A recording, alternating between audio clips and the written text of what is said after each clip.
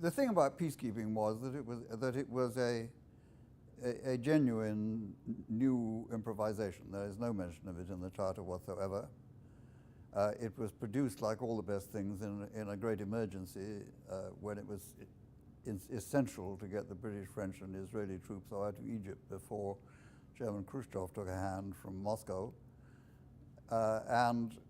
Of course, when people woke up to all this, it worked very surprisingly. Got into the field very quickly, in 1 week, to be exact. And secondly, people woke up to find it actually worked rather well. So, I mean, we had a very, very small staff, deliberately, of extremely good people. We did a lot of the political work as well as the peacekeeping business, because the two are really, in order to make a peacekeeping operation work, you have to have seriously good political relations and diplomatic relations with people. I mean, all our arrangements are improvised ad hoc, sort of under the counter.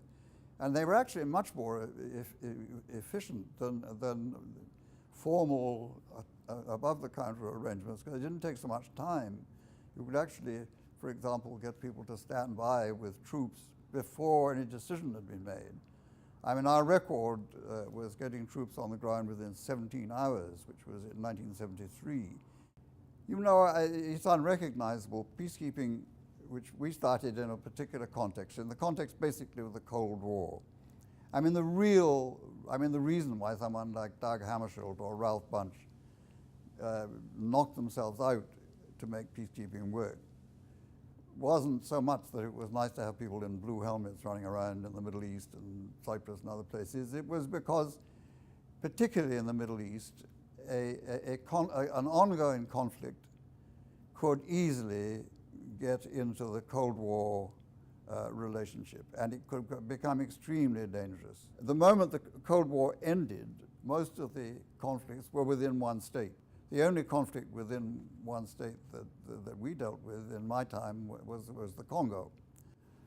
Once you get to operating within a state, you get to warlords, you get to people who don't have any official position who are creating most of the fuss.